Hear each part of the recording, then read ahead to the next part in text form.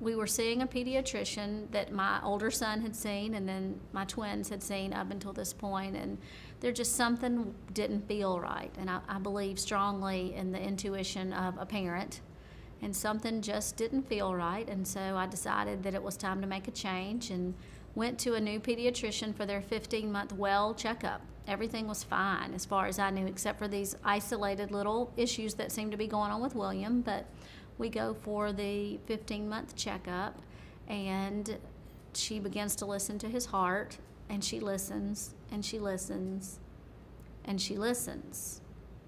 And I knew something wasn't right. And she turned and she said to me, "Who's his cardiologist?" And as I said, it was a life-changing moment, definitely, because from that point the ball started rolling so quickly with getting us in to see a cardiologist, with finding out how bad a shape William's heart was in, and then figuring out what to do from there, which led us to genetic testing and then this diagnosis of Barth syndrome. So it was a ride for a few months. And that's when it was like, wait, maybe these aren't isolated. Maybe these are all pieces of a puzzle that need to be investigated together, instead of he's small, he has low muscle tone, he was gagging a lot on his food, we couldn't keep food down. You know, we thought they were all just these isolated little issues that William had until the heart. But once that came into the picture, it's like, wait a minute, these have to be pieces of a bigger puzzle. There's no way this child has all of these random things going on. And I'm just thankful that we realized when we did that they weren't just random pieces to a puzzle. These boys are treated normal, just like any other siblings or boys of any other, there's no reason to treat them any differently because they have Barth syndrome.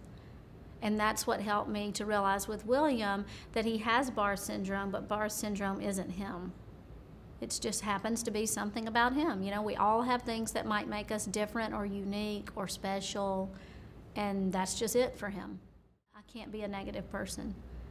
I can't let this be what defines William's life or ours.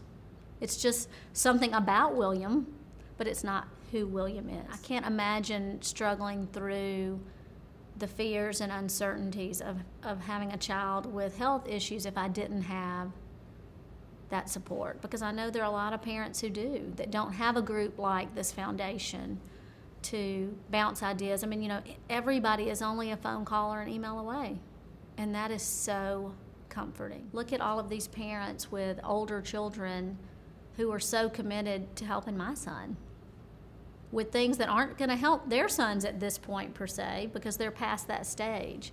And if they weren't willing to do that and give that time and effort, then William probably wouldn't be doing as well as he is. When people click on barthsyndrome.org or Google Barth or however they end up to us with the foundation, it can be very scary, as it was for me the first time. It can be overwhelming, depressing, but just by contacting us, just by using our website, just by becoming a part of our foundation, that support, knowledge, love, it is all there. I've never felt more a part and accepted by a group than by the Barth Syndrome Foundation.